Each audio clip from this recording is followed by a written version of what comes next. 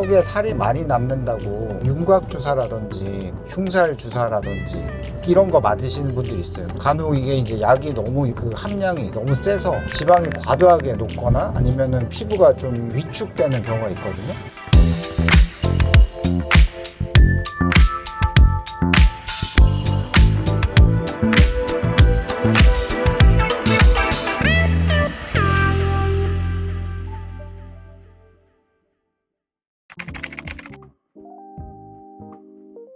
예, 제가 이거 찍으면서 꼭 한번 말씀드리고 싶었는데 뭐 다른 선생님들 의견이 다를 수 있어요. 근데 제가 수술하는 분들께는 사실 이거 하지 마라 이러고 싶은 게 있거든요. 턱에 살이 많이 남는다고 윤곽 주사라든지 흉살 주사라든지 이런 거 맞으시는 분들이 있어요. 근데 사실 이게 지방을 녹이는 컨셉인데 대부분 사람들은 효과 없다고 하고 다시 저한테 방문을 하세요. 근데 효과만 없으면 다행인데 간혹 이게 이제 약이 너무 그 함량이 너무 세서 지방이 과도하게 녹거나 아니면은 피부가 좀 위축되는 경우가 있거든요. 턱 일부가 약간 움푹 꺼져 갖고 굉장히 쭈글쭈글해지고 이거가 교정하기가 상당히 까다로워요. 이런 거는 정말 좀 신중하게 하셔야 될 것 같고 또 뭐 여기 뭐 실을 좀 넣으시는 뭐 이런 컨셉도 있어요. 결국 저한테 좀 수술을 다시 받으러 오시기 때문에 이것도 좀 결정하시는 거를 조금 신중하게 하셔야 될 필요가 있을 것 같고 마지막으로 여기 이제 지방을 직접 흡입하는 경우도 있거든요.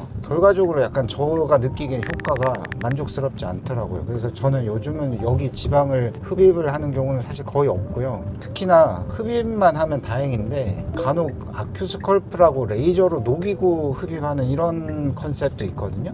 이런 거를 무조건 제가 비판하는 건 아니지만 마녀턱이 있는 경우에 그걸 녹이면 그렇게 오셨던 분들 중에서 낫는 경우에 이게 굉장히 딱딱하게 굳는 경우가 있어가지고 해결하기도 힘들 뿐만 아니라 마녀턱을 교정해도 재발 위험도 상당히 높기 때문에 이건 상당히 좀 주의를 하셔야 될 것 같습니다.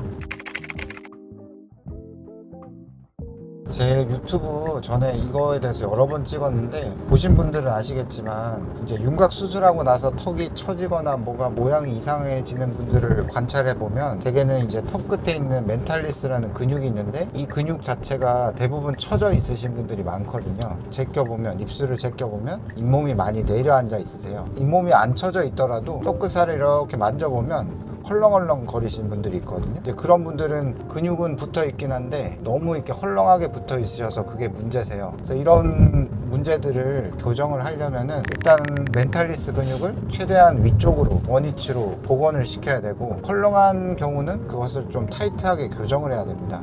이게 이제 투명 근육 재배치술이라고 제가 이름을 붙였는데요. 그 수술 자체 컨셉 자체는 굉장히 심플한데 조금 노하우가 필요한 것 같긴 해요. 이 수술 컨셉은 예전부터 있었는데 이게 재발이 좀 많다고 알려져 있었거든요. 그리고 이 근육을 턱뼈에 이렇게 고르게 원위치를 시킬 때 균일하게 좀 텐션이 거의 비슷하게 돼야 되는데 어떤 데는 좀 강하게 어떤 데는 느슨하게 아니면 그 깊이 자체가 약간 피부 표면이랑 좀 가까이 이렇게 뭔가 봉합이 되면 수술하고 나서 이렇게 표정 지었을 때 턱이 좀 쭈글쭈글해진다든지 아니면 움푹 파인다든지 이런 게 있을 수 있어요. 다른 병원에서 수술 받으신 환자분들이 재수술 상담을 오시면 그런 것들 좀 관찰을 하고 있거든요. 그래서 이게 좀 노하우가 필요한 것 같긴 합니다. 제가 이전에는 사실 뼈 터널 시술을 안 했거든요. 제가 수술한 80% 정도의 환자들의 비율은 근육 재배치만으로도 거의 다 교정이 되세요. 근데 이제 하다 보니까 특정 환자분들은 재발될 수가 있어요. 많지는 않지만. 그런 분들 이제 나중에 이제 케이스들을 좀 리뷰해 봤더니 좀 더 강한 고정이 필요하겠다. 그래서 이제 요즘은 그런 마녀턱의 심한 정도를 좀 파악을 한 다음에 재발될 리스크가 있다 이러면 뼈에 직접 구멍을 뚫어서 뼈 터널을 뚫어서 이중 고정을 하고 있습니다. 특히나 이런 재발이 될 만한 사람들은 뼈를 너무 많이 줄여서 살이 너무 많이 남는다든지 아니면 잇몸의 절개를 한 대여섯 번 이상 했다. 그래서 이게 흉터 너무 심해서 근육이 손상이 심하다. 이런 분들도 재발 위험이 있고 턱 끝에 옛날에 실리콘 무턱 보형물 넣으신 분들이 있거든요. 넣어 있거나 아니면 넣었다 빼었거나 이런 분들도 사실 재발 위험이 좀 있어서 진행을 하고 있습니다.